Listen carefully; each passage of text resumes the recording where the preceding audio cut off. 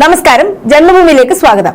മൂന്നാം മോദി സർക്കാർ തങ്ങളുടെ ആദ്യ 100 ദിനം പൂർത്തിയാക്കി.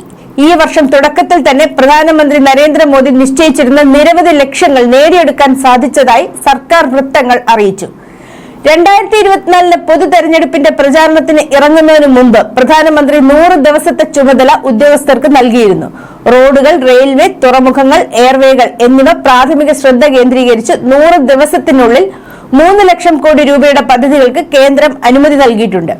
ഈ സാഹചര്യത്തിൽ മൂലധന ചെലവ് 11.11 ലക്ഷം കോടി രൂപയായി ഉയർത്തുന്നത് തൊഴിലവസരങ്ങൾ സൃഷ്ടിക്കുമെന്ന് സർക്കാർ വൃത്തങ്ങൾ വിശ്വസിക്കുന്നു. 100 ദിന പരിപാടിയിൽ ഉൾപ്പെടുന്ന ചില ഇവയാണ്: കിസാൻ സമ്മാൻ പദ്ധതി നിധിയുടെ 17ാം ഗഡു പ്രകാശനം, 2100 കോടി രൂപ അനുവദിച്ച ആന്ധ്രാപ്രദേശിലെ പോളാവാരം ജലസേചന പദ്ധതി, ടാക്സ് നിർത്തലാക്കലും കോർപ്പറേറ്റ് നികുതി കുറയ്ക്കലും, കൂടാതെ ബഹിരാകാശ മേഖലയിലെ സ്റ്റാർട്ടപ്പുകൾക്കായി 1000 കോടി രൂപയുടെ വെഞ്ചർ ക്യാപിറ്റൽ ഫണ്ട് കേന്ദ്രം രൂപീകരിച്ചതും ആദ്യ 100 ദിവസത്തിനുള്ളിൽ ബിസിനസ് ചെയ്യാനും യുവാക്കൾക്ക് സുഗമമായി ചെയ്യാനുമുള്ള പ്രവർത്തനങ്ങൾക്കും സർക്കാർ വൃത്തങ്ങൾ ഊന്നൽ നൽകുന്നതും ഉൾപ്പെടുന്നു.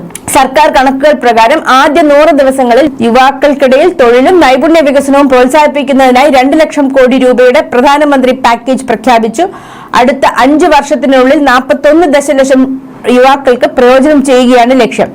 സ്ത്രീ ശാക്തീകരണ രംഗത്ത് പ്രധാനമന്ത്രി മോദി 11 ലക്ഷം പുതിയ ലഖ്പതി ദീദികൾക്ക് സർട്ടിഫിക്കറ്റ് നൽകി. സർക്കാർ കണക്കുകൾ പ്രകാരം ഇപ്പോൾ 1 കോടിയിലധികം ലക്ഷപതി ദീദികൾ പ്രതിവർഷം 1 ലക്ഷം രൂപയിലധികം സമ്പാദിക്കുന്നു. മുദ്രാ വായ്പ 10 ലക്ഷം രൂപയിൽ നിന്ന് 20 ലക്ഷം രൂപയായി ഉയർത്തി.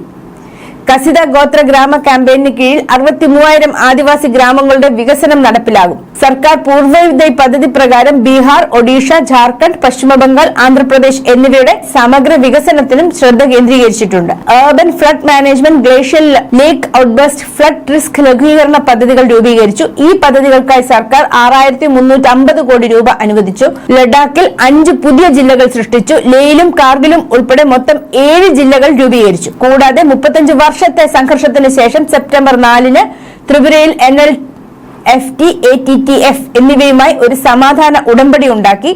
അതിനു കീഴിൽ 328 സായുധ കേഡർമാർ ആക്രമം ഉപേക്ഷിച്ച് സമൂഹത്തിന്റെ മുഖ്യധാരയിൽ ചേർന്നത് സർക്കാരിന്റെ വിജയമായി കണക്കാക്കുന്നു. സൈബർ കുറ്റകൃത്യങ്ങൾ കൈകാര്യം ചെയ്യുന്ന എല്ലാ പങ്കാളികൾക്കും ഒരു സമന്വയ പ്ലാറ്റ്ഫോം അവതരിപ്പിച്ചു. അടുത്ത 5 വർഷത്തിനുള്ളിൽ 5000 സൈബർ കമാൻഡോകൾക്ക് പരിശീലനം നൽകും. സൈബർ കുറ്റകൃത്യങ്ങൾ റിപ്പോർട്ട് ചെയ്യുന്നതിനായി സൈബർ ഡോസ്റ്റ് മൊബൈൽ ആപ്പും പുറത്തിറക്കി. 100 ദിന ലക്ഷ്യങ്ങൾ പൂർത്തീകരിച്ചതിന് പിന്നാലെ പ്രധാനമന്ത്രി നരേന്ദ്രമോദിയുടെ അമേരിക്കൻ സന്ദർശനം ഈ മാസം 20-ന് ആരംഭിക്കും എന്ന റിപ്പോർട്ടുകളാണ് പുറത്തുവരുന്നത്.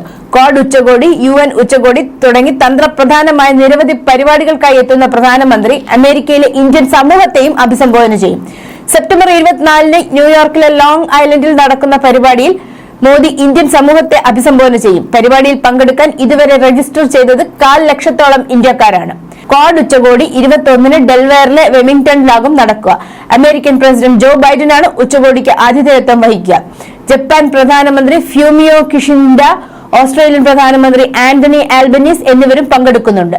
ഇന്ത്യ, അമേരിക്ക, ഓസ്ട്രേലിയ, ജപ്പാൻ എന്നീ രാജ്യങ്ങളുടെ കൂട്ടായ്മയാണ് ക്വാഡ് അഥവാ ക്വാഡ്രിലാറ്ററൽ സെക്യൂരിറ്റി ഡയലോഗ്. ക്വാഡ് രൂപീകരിച്ചിട്ട് 20 വർഷം പിന്നിടുന്നുവെന്ന പ്രത്യേകതയും ഡെൽവെയറിൽ നടക്കുന്ന ഉച്ചകോടിക്കുണ്ട്. ക്വാഡിന് ശേഷം സെപ്റ്റംബർ 22, 23 തീയതികളിലായി ന്യൂയോർക്കിൽ നടക്കുന്ന UN ഉച്ചകോടിയിലും നരേന്ദ്രമോദി പങ്കെടുക്കും. News desk, Janmabhumi.